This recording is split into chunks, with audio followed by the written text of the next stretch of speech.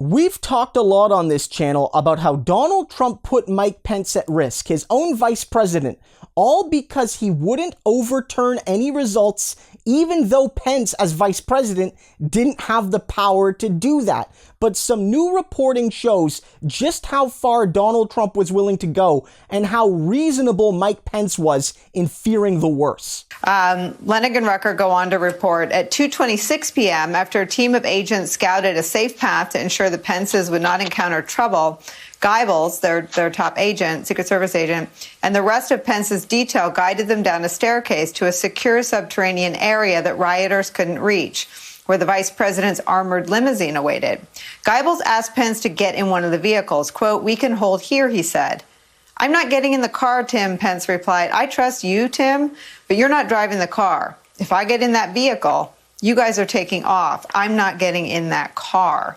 The Pences then made their way to a secure underground area to wait out the riot. Now, someone familiar with this reporting, Jeremy Bash, tells me that Pence feared a conspiracy, feared that the Secret Service would aid Trump in his ultimate aims that day. I mean, this is the most harrowing version of Mike Pence's day that I've seen reported out. So that reporting shows how harrowing things were for the vice president on that day. He's been spirited away from the riot, and he's waiting in a secure location at the Capitol, and they're trying to get him away from the Capitol. But he doesn't trust the Secret Service drivers and that Secret Service vehicle because for all he knows, Donald Trump is trying to kidnap him. And I don't think Pence is being unreasonable. Pence trusts his own team.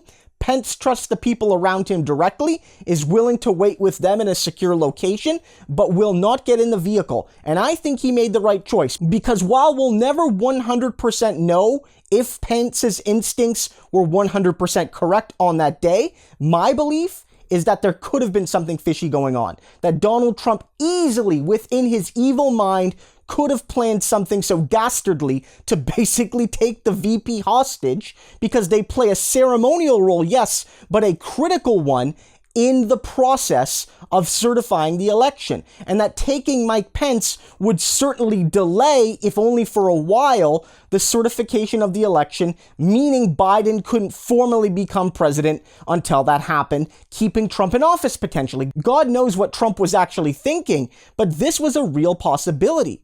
Look, none of this is me wanting you to give sympathy to Mike Pence. I don't think Mike Pence deserves to have his life being put at risk. I don't think that, no matter how awful a human being he is. But I will say that Mike Pence continues to stand with the Republican Party. He's resisted the urge to directly critique Donald Trump and call him the fascist monster that he is. He never stood against Trump as Trump did evil all the way from, pre-election 2016 throughout his entire term in office. So Mike Pence in some ways bears the brunt of his own victimhood because he had all these opportunities to take a stand for basic decency and stayed silent as Trump did evil.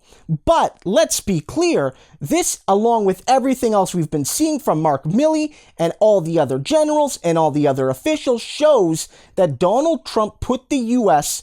on the precipice of fascism.